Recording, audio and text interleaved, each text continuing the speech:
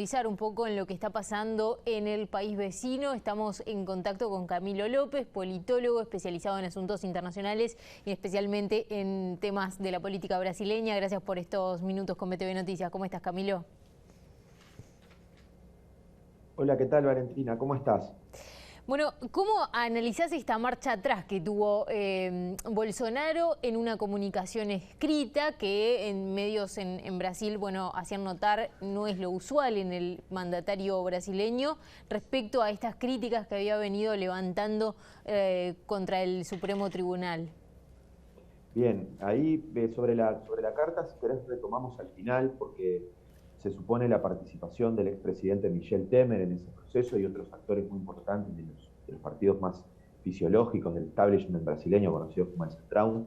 Pero una cosa primera es que esta semana y los acontecimientos post 7 de septiembre y el tiempo anterior al 7 de septiembre, que es la fecha de la independencia de Brasil, donde se movilizaron algunos actores políticos y sociales de apoyo a Bolsonaro, necesita una mirada un poco más lejana y que podemos centrar en los últimos 18 meses como parte de un avance del recrudecimiento de una retórica cada vez más autoritaria y antidemocrática por parte del presidente Bolsonaro.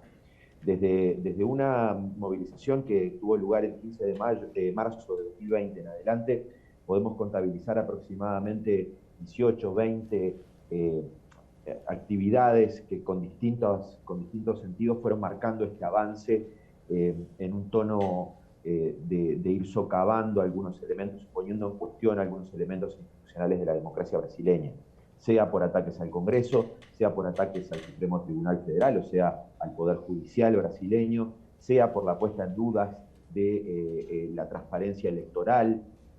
Por distintos argumentos eso ha ido ocurriendo y Bolsonaro ha ido desplazando el discurso y su estrecha alianza con los actores, con algunos actores, más en clave de radicalización.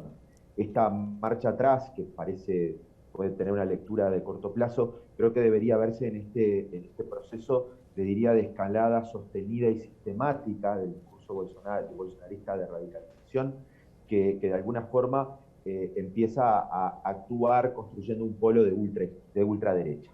¿Por qué de ultraderecha? Porque, bueno, la figura de Bolsonaro y sus partidarios como parte del sistema político del que juegan adentro son una derecha radical.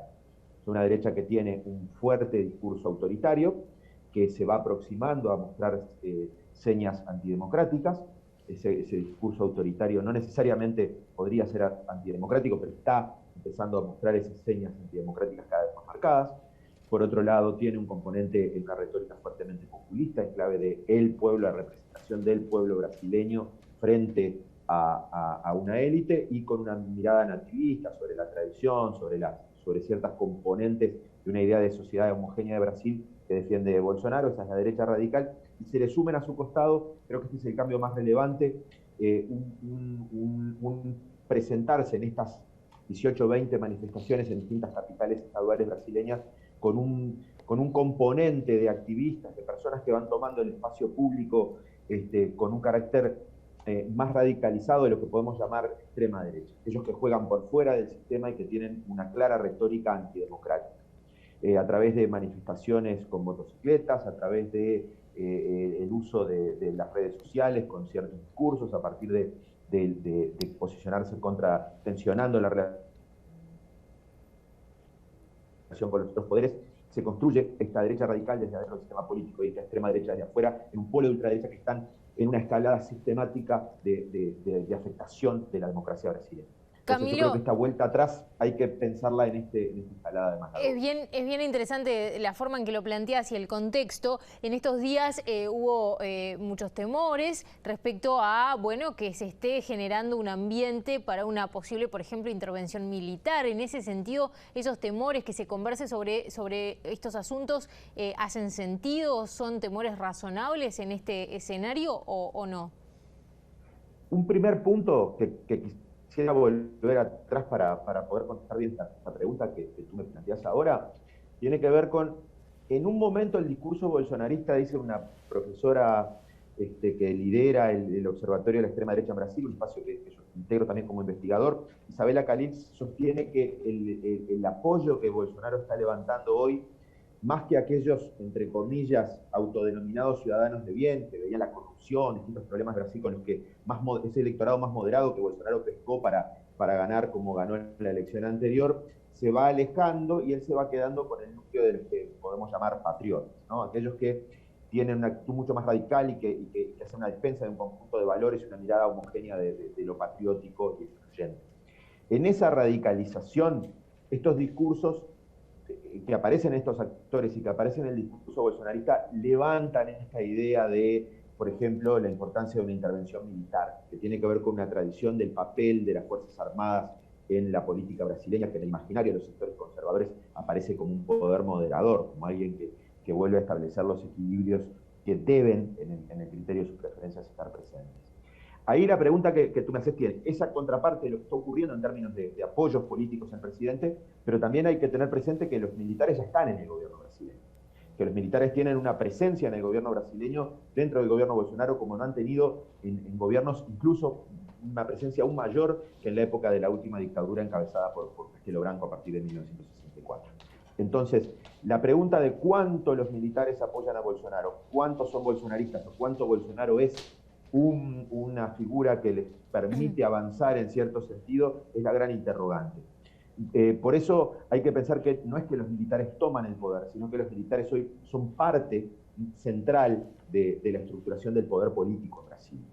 Un presidente que además va perdiendo algunos apoyos, aparece la competencia por izquierda con la figura de Lula, aparece también un partido de la socialdemocracia brasileña, una centro-derecha brasileña que se va corriendo y empieza a desmarcarse de la cooperación con el gobierno, aunque sea de forma puntual, a colocar en este contexto de las posibilidades de juicio político algunas dudas razonables y a insistir con este asunto y a desmarcarse y a buscar un espacio. Y están estos partidos fisiológicos del centro que están haciendo este juego de expectativas, un Congreso que está parado, creo que en este clima es difícil avance en una agenda legislativa que muchos sectores tienen urgencia, y algunos apoyos políticos que Bolsonaro tenía se empiezan a dividir. Por ejemplo, el del agronegocio, claro, que empieza a tener divergencias, ¿no? Tiene intereses que Bolsonaro representa, que ellos se sienten representados, pero no todos llevan, por ejemplo, esta radicalización discursiva que tensiona el poder, que tensiona la relación con los otros poderes.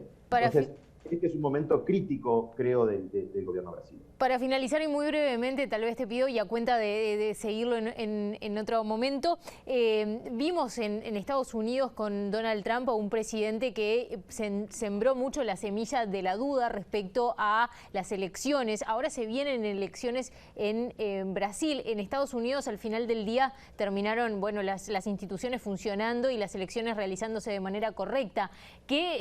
¿Cómo están las instituciones en Brasil en un escenario como este en el que se están generando tantas dudas o Bolsonaro está intentando generar tantas dudas respecto a la transparencia del sistema electoral? El sistema de check and balances, de pesos y contrapesos de la institucionalidad estadounidense hacían que un juez en un pequeño pueblo pudiera frenar una acción del presidente Trump, que el Congreso lograra contrapesar y la justicia lograra contrapesar al presidente de una forma. En el momento que ocurre lo que ocurre en el Capitolio, desde el Pentágono las voces eran las voces de unas Fuerzas Armadas respaldando la institucionalidad.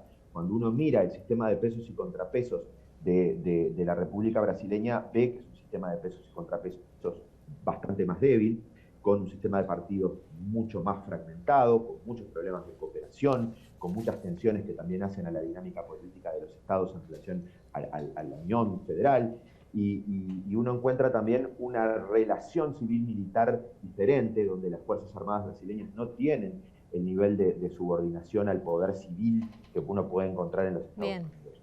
¿Qué es lo que puede pasar? No lo sabemos, pero lo que sí sabemos es que la calidad institucional de Brasil y el deterioro institucional que Brasil viene viviendo desde el proceso que llevó al impeachment de la presidenta Dilma Rousseff en adelante, muestran un deterioro de la calidad institucional y de la calidad de la democracia. Entonces, es un escenario preocupante, aunque no podamos concluir qué es lo que va a ocurrir.